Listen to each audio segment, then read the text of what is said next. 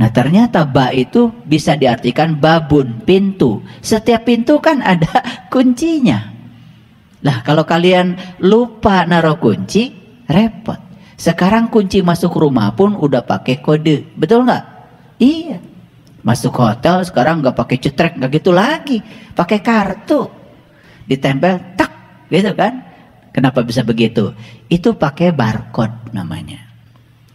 Jadi pakai barcode. Jadi si kartu itu kemudian dicas. Ketika dicas dia menggunakan sistem kuantum. Jadi itu frekuensinya sudah disesuaikan. Nah begitu dek gitu ke kamar itu bisa dibuka. Nah kartu lain yang bukan kamar kita nggak bisa dibuka. Itu terkuantisasi, frekuensinya cuma satu. Itu satu kode, itu satu kode rahasia. Itulah kenapa manusia harus belajar fisika kuantum. Kuantum dari kuanta, kuanta itu terkuantisasi. Semua itu bersifat diskrit. Satu digit saja nomor telepon, tidak mungkin WA bisa nyasar. Nggak usah khawatir, karena semua sudah terkuantisasi. Satu frekuensi. Pusing kan? Udah, supaya tidak pusing saya stop bicara itu. Nanti kalau saya bicara teknologi kalian gak ngerti. Bicara Al-Fatihah aja udah pusing. Betul nggak? Nah jadi ba itu apa? Batu babun. Tapi ba juga bisa berarti baitullah. Baitullah itu artinya rumah Tuhan, rumah Allah. Kan kita ingin jumpa dengan dia. Ya jelas dia sudah ngasih alamat kok. Langit dan bumi tidak akan cukup menampung zatku, tapi kalau punya orang yang beriman, itulah rumahku.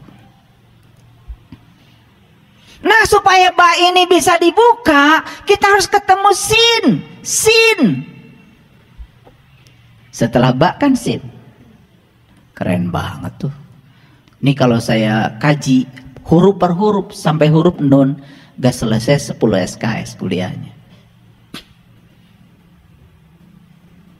Gempor kalian, nggak bisa berdiri lagi. Apa tuh sin? Loh kalian sering baca Salatullah salamullah ala toha rasulillah. Salatullah salamullah ala yasin habibillah. Sadar. Siapa sin itu? Siapa sin itu? Aduh, pengen nangis saya. Salatullah salamullah ala toha Rasulillah.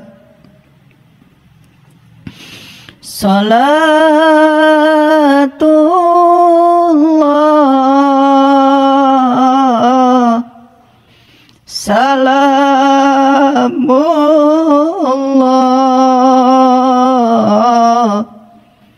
ala yasin habibillah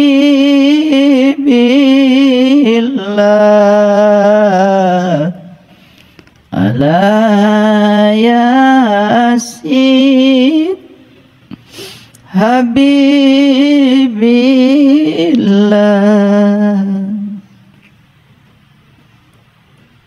Gak usah banyak-banyak bacanya. Kita minta kepada Allah, ya Allah sambungkan aku dengan Toha, sambungkan aku dengan Yasin, Siapa Yasin? Habibillah, orang yang sudah dicintai Allah. Siapa Yasin itu? Yasin itu adalah para rasul, para nabi. Itulah utusan Tuhan yang akan membantu kamu membuka kode rahasia tentang ba. Makanya ba ini tidak akan bisa dibuka kode rahasianya kalau kau belum ketemu dengan sin. Begitu ba dibuka, Begitu kodenya, aksesnya sudah kau dapatkan dari sin, dari toha. Berikutnya apa? Kau akan dapat mim. Mim itu adalah ma'rifat, mengenal. Siapa yang kita kenal? Allah Ar-Rahman Ar-Rahim. Lengkaplah surat Bismillahirrahmanirrahim. Ba sin mim Allah Ar-Rahman Ar-Rahim. Sampailah pada dia, sampailah pada sifatnya dia. Kenapa? Kalian tidak akan pernah merasakan hangatnya api kalau kalian tidak pernah menyentuhnya, dan kalian tidak akan pernah merasakan sejuknya air kalau tidak pernah menyentuhnya. Kalian tidak akan pernah merasakan Allah dari tulisan Allah. Kalian tidak akan pernah merasakan Allah dari sebutan Allah. Kalian hanya akan bisa merasakan Allah dari Allahnya itu sendiri. Terus ya, begitu kita sudah buka kita sudah dapat kode rahasia dari sin, kita sudah dapat mim, kita sudah sampai kepada Allah Ar-Rahman Ar-Rahim. Sifatnya menjadi sifat kita. Kita sampai pada sumbernya cinta. Begitu kita sampai pada sumbernya cinta, maka kita mulai bisa mencintai. Berhenti kita ingin dicintai, berhenti merengek-rengek untuk diperhatikan orang. Kenapa? Alhamdulillahi Rabbil Alamin. Karena segala puji habis buatmu ya Allah.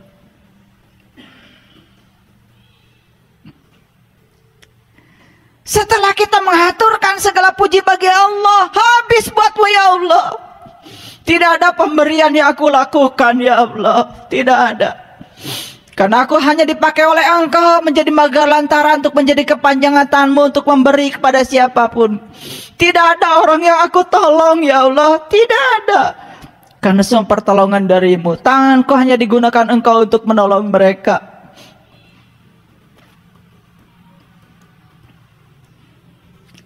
Hilang semua perasaan diri kita berjasa, hilang semua.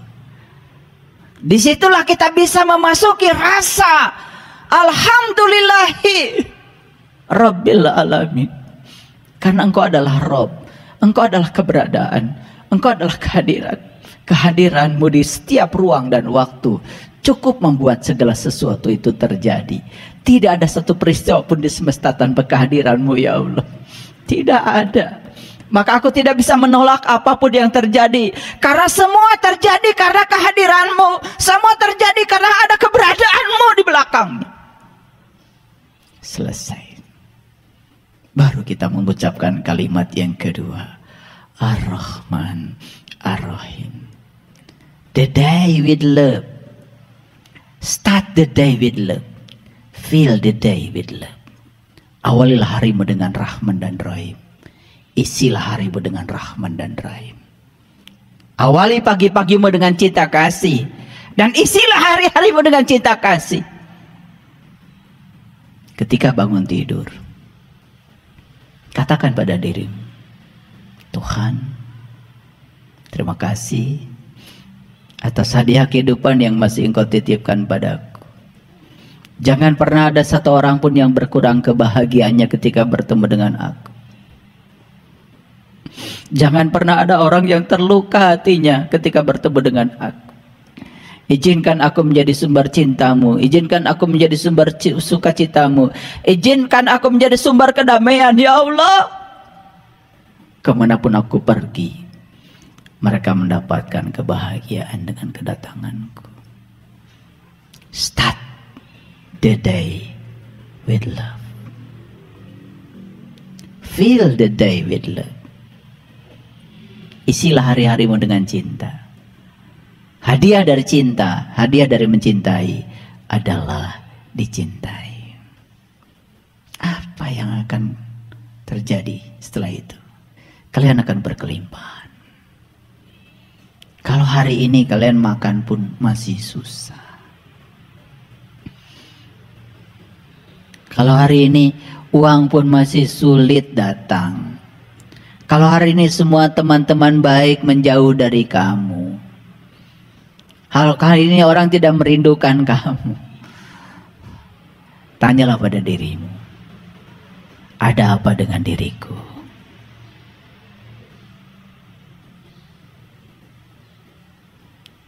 Setelah fase Ar-Rahman Ar-Rahim, berikutnya apa? Maliki Yaumiddin. Hanya Engkau yang berhak menghukum ya Allah. Hanya Engkau yang berhak menilai ya Allah. Kau akan terbebas dari kebiasaanmu menilai dan menghukum siapapun. Kau akan mulai bisa menerima semua orang apa adanya. Ukur setiap orang berdasarkan ukuran orang itu. Jangan ukur orang menurut ukuranmu. Karena semua akan menjadi salah alat ukurnya. Baru iyyaka na'budu wa iyyaka nasta'in. Hanya kepadamu ya Allah, hanya kepadamu aku menyembah, hanya kepadamu aku minta tolong ya Allah, hanya padamu. Apa minta tolongnya? Ihdinas syiratal mustaqim. Minta tolongnya cuma satu, tunjuki aku ke jalannya orang-orang yang telah Engkau beri nikmat saja. Tunjuki aku ke jalannya para nabi, para siddiqin, para syuhada dan orang-orang yang soleh. Hanya itu ya Allah. Wa husna ulaika rafiqa. Itulah teman yang sebaik-baiknya, yang harusnya menjadi temanmu dalam hidup.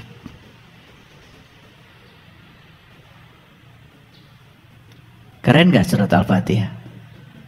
Lalu dipungkas dengan huruf nun. Selesai. Ba itu titiknya di luar, tapi nun pindah ke dalam. Pindah ke dalam.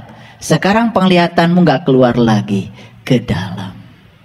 Loh, kok saya sakit hati? Kemarin waktu awal perjalanan kita mengira sakit hati buatan orang. Begitu sudah sampai pada nun, lihat ke dalam. Ini dari mana nih sakit hati itu asal usulnya? Oh, ternyata sakit hati berasal dari keinginan saya. Karena saya ingin orang seperti yang saya mau. Lalu ketika orang tidak seperti yang saya mau, saya jadinya sakit hati. Sadar kalau sakit hati buatanmu, bukan buatan orang. Mulai sekarang saya stop menginginkan orang seperti yang saya mau. Saya hanya ingin saya aja menjadi yang terbaik. Mulai hari ini saya akan ungkapkan cinta. Saya stop memaksakan cinta. Mulai hidupmu penuh berkah. Keren gak kalau gitu? Sebentar, belum keren. Kalau belum tahu kode rahasianya, emang udah ketemu Sin? Ketemu dulu ya, ketemu dulu, cari Sin yang bisa membuka rahasia Ba itu. Selesai satu episode, baru mengerti, oh ternyata Al-Fatihah itu adalah kunci pembuka rahasia diri. Oh ternyata angka 7 sudah aku temukan dalam diriku. Oh ternyata di balik angka 7, disitulah kode rahasianya. Makanya Isra Mi'raj tanggal 27, 7 belakangnya. Betul? Iya. Quran surat Al-Isra 17, 7 juga belakangnya. Salat berjamaah 27, 7 juga belakangnya. Luar biasa ya. Kalian taunya jamaah itu kalau kalian ngumpul di masjid aja. Itu juga jamaah secara syariat, tidak salah. Tapi ada jamaah yang lebih keren lagi. Karena sholat itu sebetulnya adalah jamaah. Jamaah antara dirimu dengan Allah. Jadi kalau ngumpul orang 1000 orang di masjid tiap hari tetapi tidak ngumpul bersama Allah, hakikatnya belum jamaah, baru jamaah secara syar'i. Terus ya, kaki. Awas. Kaki harus beradu nanti supaya setan gak lewat. Setan itu lewatnya bukan lewat kakimu, apalagi roromeun sieuneun. Setan itu lewat sini. Setan itu pikiran gelapmu. Saat kamu sudah memutuskan nanti malam akan tahajud, kemudian nanti malam sudah bangun, alarm sudah bunyi, kemudian tanganmu kan yang menyetop alarm. Tangan siapa itu?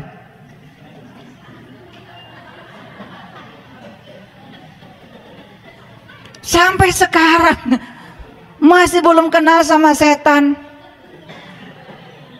Tadi malam saya nggak jadi tahajud karena apa? Begitu alarm bunyi dimatikan. Sama siapa? Sama setan. Setan sekarang sudah bisa mematikan alarm. Masih belum jelas, pagi-pagi lihat itu setan di cermin.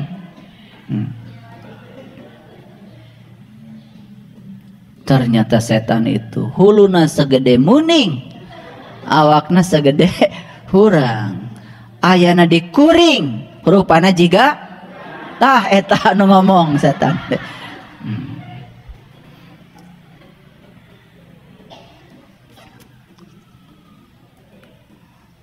Lanjut. Setelah selesai satu episode, terbuka tuh Al-Fatihah, masuk alif lam mim. Luar biasa.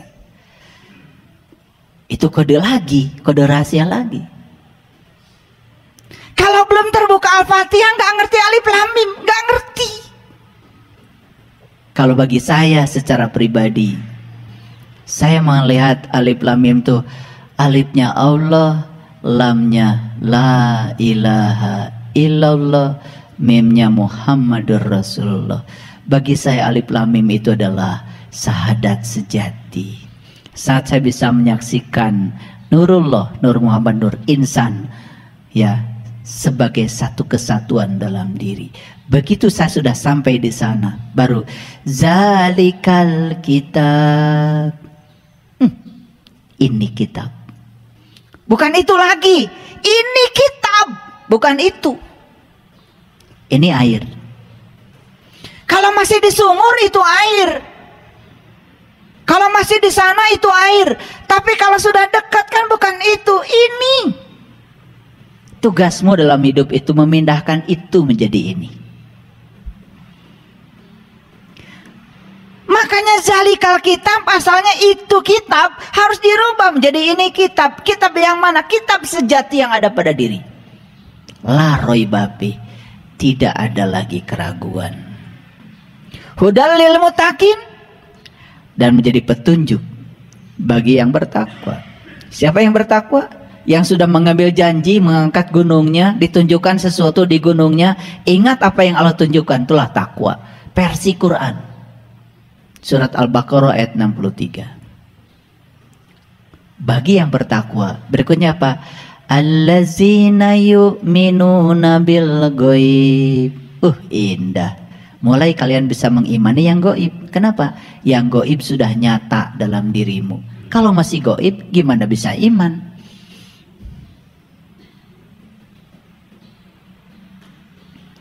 Allazina yu'minuna bil ghaibi wa yuqimunas shalah.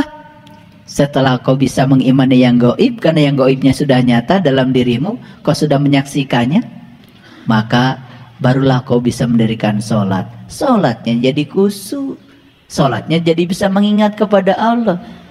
Keren banget. Allazina yu'minuna bil ghaibi wa yuqimunas shalah. Gitu? Wa mimma razaqnahum yunfikun. Baru bisa berbagi. Apa yang dibagikan? Subhanallah. Membagikan ikan, mereka hanya makan ikan.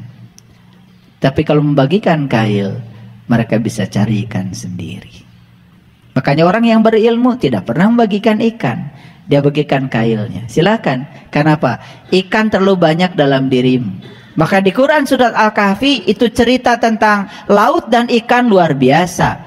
Dalam dirimu ada laut yang sangat luas, dalam dirimu juga ada ikan. Dan ikan tuh bersembunyi di balik batu. Itu kata surat Al-Kahfi. Di mana batunya? Temukan Hajar Aswad dalam dirimu. Di situ bersembunyi.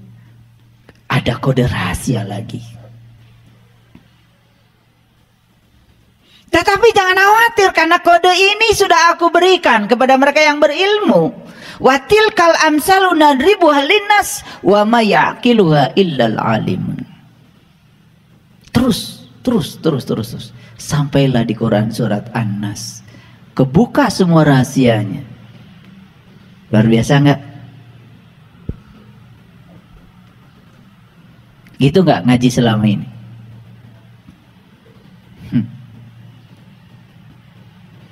Terlalu sibuk memperbaiki makhraj.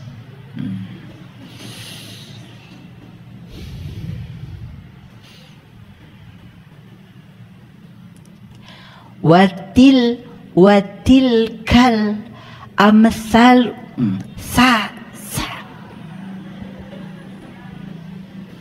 naon teh hartosna teuing.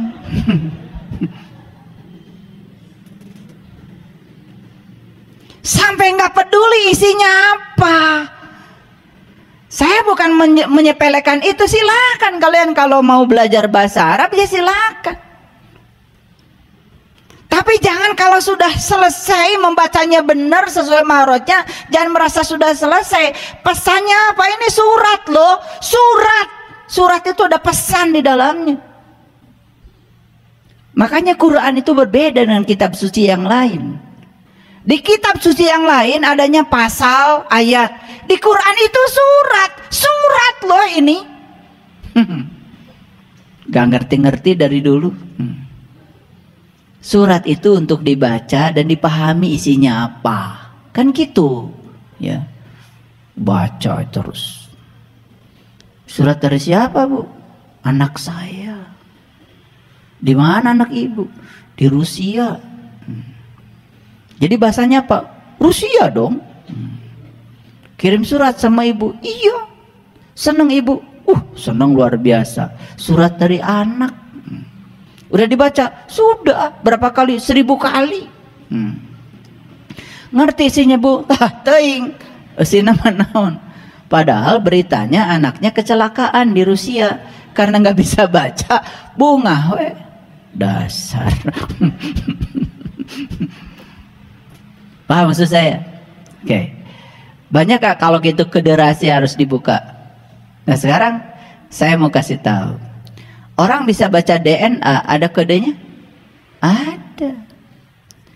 Sekarang ya di pemerintah ada khusus ya lembaga forensik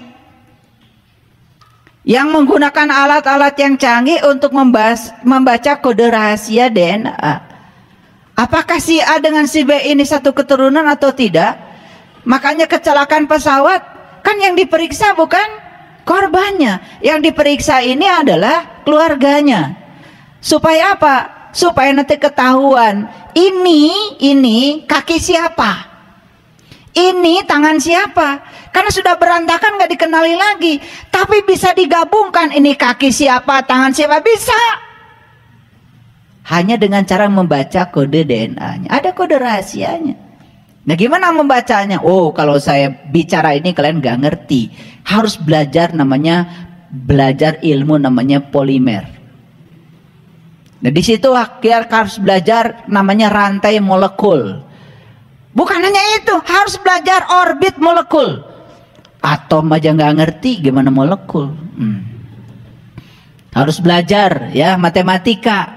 Ya matematikanya bukan berhitung. Ya. Matematikanya harus belajar aljabar linier. Kalian kan berhadapan dengan matriks ukuran bukan 4x4, 1000x1000. Gak bisa dipecahkan pakai tangan, harus pakai komputasi. Nah, itu namanya berpikir komputasi. Masuk tuh ilmunya di situ. Gak belajar apa-apa, tiba-tiba udah ngomong kemana-mana. Ngalamin juga enggak. Luar biasa. Dasar si pembohong yang pengecut. Ya. Baik, saya akan teruskan dulu.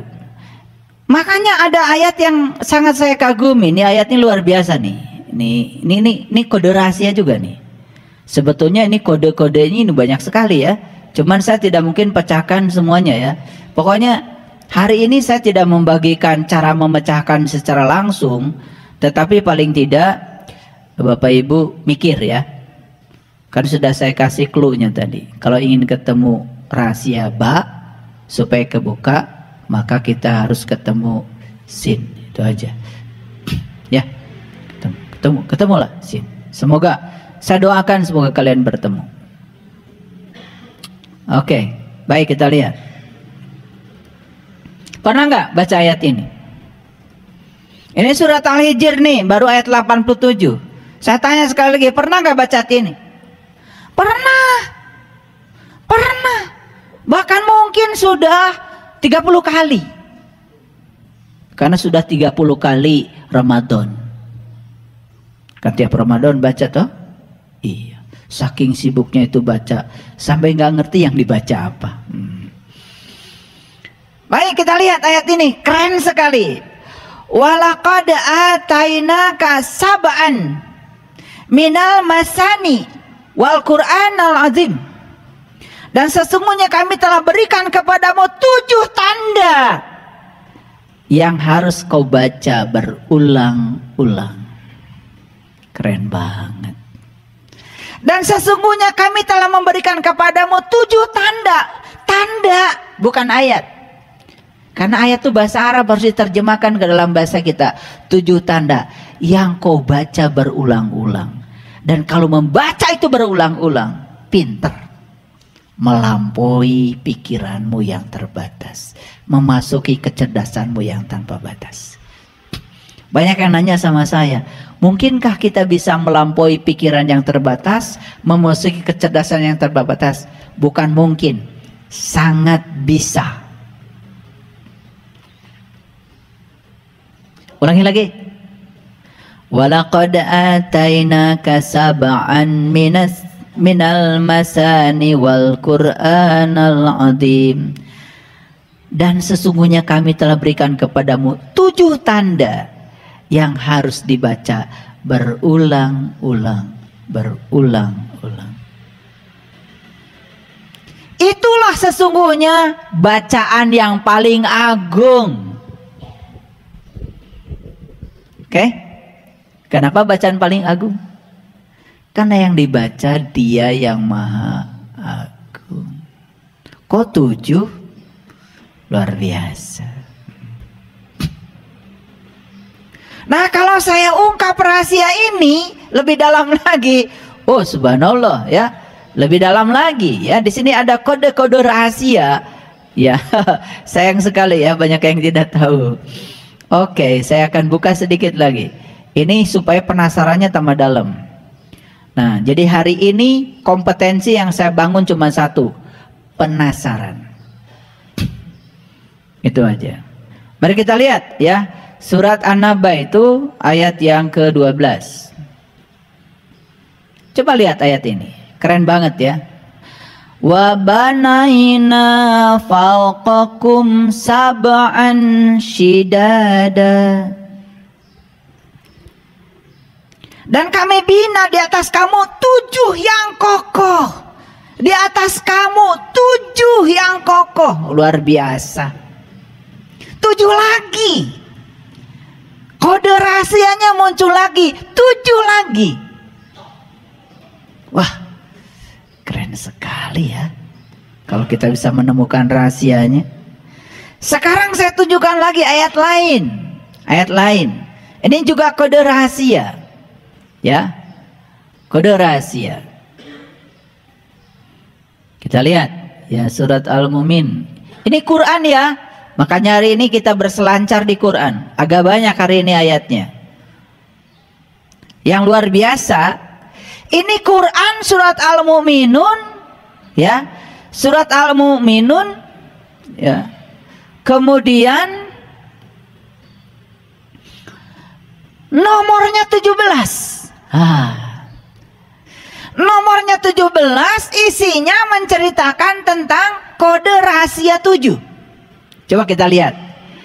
Walaqad khalaqna fawqakum sab'a taraik. Toroik, toroik, toroik, toroik, toroik, torik, torik, torik, torikot. Torik itu jalan. Jadi ini yang dikatakan secara simbolik leluhur kita, bahwa Shiratal Mustaqim itu adalah rambut di belah 7. Quran yang bilang, sesungguhnya kami telah menciptakan di atas kamu 7 jalan. Luar biasa. Sab'a toroik, toroik, toroik, toroik, toroik, ya. Torikot, torik. Makanya kalau kalian berdiri di gang, di masjid, di Mekah, orang mau lewat, pasti polisi bilang, torik, torik, torik. Gitu. Kalian habis haji, polisi bilang begitu. Torik, torik, torik. Bahasa Sunda nama, maneh teh ngahalangan jalan, gitu. Jangan di situ. Itu jalan orang. Karena mereka tidak mau bikin pusing karena kita nggak ngerti bahasa mereka, maka mereka cuma bilang jalan, jalan, jalan, gitu. Torik, torik, torik. Begitu naik pesawat pulang haji, asalnya namanya Tatang, langsung bikin pengumuman, mulai sekarang nama saya Torik. Kela tang, kumaha bisa gitu. Ya Tatang jadi Torik kumaha. Tadi saya selesai haji di masjid, saya dipanggil oleh orang Arab Torik. Nah tengarti teh si Tatang mah disangkatan merengaran cenah geus haji.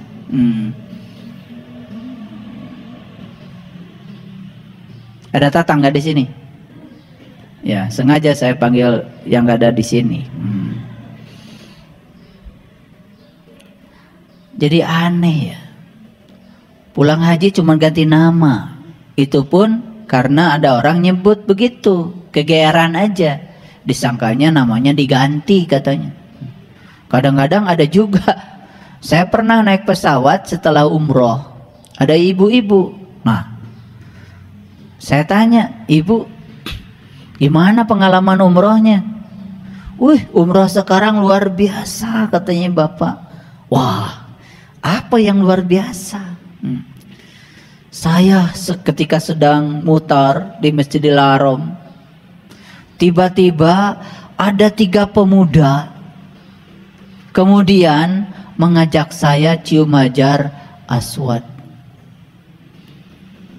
Dan jalan itu kosong, hanya saya yang cium. Terus menurut ibu siapa 3 pemuda? Kayaknya malaikat. Sebentar.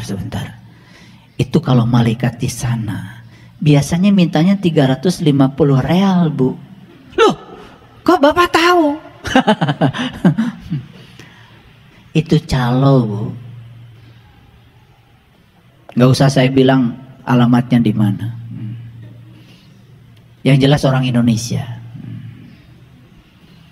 Jadi kalau orang lagi bingung itu di Masjidil Haram, biasanya suka mereka tahu nih bingung ya, pengen cium tetapi takut kan gitu. Makanya terbuka ya terbuka. Yang bergerombol di Hajar Aswad teman-temannya dia juga. Malaikat katanya. 3 malaikat. Saya tanya, pakai peci nggak Bu malaikatnya? Iya katanya. Minta duit nggak? Iya. Berapa? 350 real nggak Bu? Iya. Memang malaikat situ senangnya 350 real Bu. Jadi bayangkan ya, orang ya karena kedangkalannya, kepolosannya, bayangkan saja ya, bisa mencium hajar aswad ditolong calo dan merasa seakan-akan sudah mencapai tingkatan spiritual yang tinggi. Lalu nanti diceritakan ke banyak orang seakan-akan dia disayang oleh semesta begitu. Luar biasa. Padahal haji itu kan tujuannya cuma satu. Sepulang haji itu kamu harus bisa ingat sama Allah. Fa idza qada